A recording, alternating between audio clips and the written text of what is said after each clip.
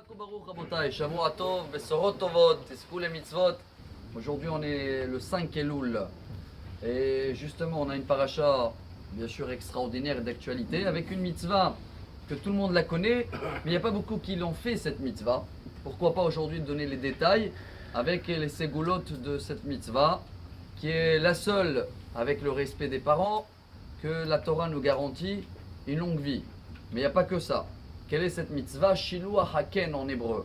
Je ne sais pas comment on l'appelle en français, mais quand on voit un oiseau, d'accord, sur les œufs, comment on appelle en français cette mitzvah? Il faut envoyer la maman et prendre les œufs. Et quelle est la ségoula de cette mitzvah? Parce que je connais quelqu'un, même ici, vous savez, il est souvent au centre, qu'il a un gmar de ça. Sa mitzvah, lui, souvent il prend des jeunes couples qui ont besoin d'abord des enfants, et il va les amener faire la mitzvah avec tous les détails. Il connaît tous les nids qu'il y a sur le kikar à Natania. Vraiment, c'est quelqu'un que vous connaissez, il est là souvent. Maintenant, pour chacun qui reçoit aussi la vidéo, qu'il est en Suisse ou en Brésil, qu'est-ce qu'elle donne cette mitzvah, sauf la longue vie qu'il y a dans la Torah? En plus, la Torah nous dit que tu vas prendre les enfants. Donc c'est une ségoula pour quelqu'un qui n'a pas des enfants. Tout de suite après, kitivne bait hadash, tu vas construire une nouvelle maison. Donc quelqu'un qui n'est pas marié, c'est le foyer. Quelqu'un qui est marié, c'est la parnassa. Et après la suite, kerem, tu vas avoir un vignoble. Shor et hamor, des voitures, et des taureaux, etc. Des vaches. Quels sont les détails sur un pied de cette mitzvah extraordinaire? Alors, d'abord, il faut que c'est un oiseau qui est cachère. Deux, il faut que ce sera bien la maman. Ce qui donne que tous les oiseaux qu'on voit autour de nous, que la nuit, c'est la maman, à partir du coucher de soleil.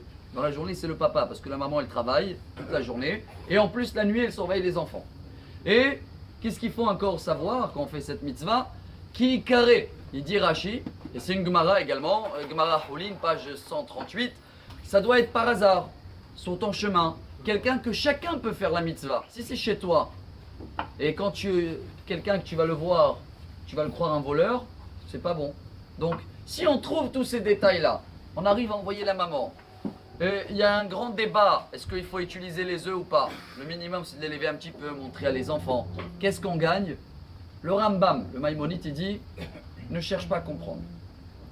Le Zohar, et voilà avec ce message on va terminer aujourd'hui, Rabbi Shimon Bar Yochai, il nous explique que la plus grande souffrance qui existe au monde, c'est la souffrance de cette maman quand elle voit que tu l'envoies et tu prends les œufs.